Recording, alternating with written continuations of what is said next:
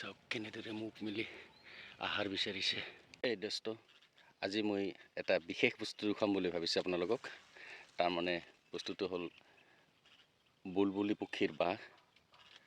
মই পুখুৰীৰ পাৰত য'ত বহোঁ তাৰ নিচেই কাষৰতে, প্ৰায় বেছি দূৰ নহয়, সেইটো 2 বা 3 ফুটমান দূৰত এটা বুলবুলি পক্ষীয়ে বাহ লৈছে।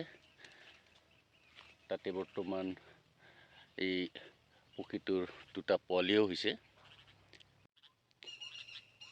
এয়া হ'ল বুলবুলি পক্ষীৰ পোৱালি দুজনীৰ মাক। ইয়াতে এনেকৈ মোৰ কাষতে থাকি তেনেকৈ কান্দি থাকে। পোৱালি দুজনীৰ মৰমৰ কাৰণে সি দূৰলৈ যাবও পৰা নাই। পোৱালি দুটা আপোনালোকক দেখুৱাবলৈ চেষ্টা কৰোঁ।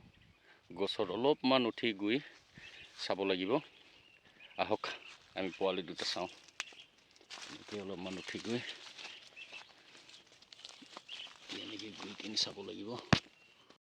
এইটো চাওক চাওক চাওক চাওক, ডাঙৰে হ'ল, পোৱালিকেইজনী ডাঙৰে হ'ল।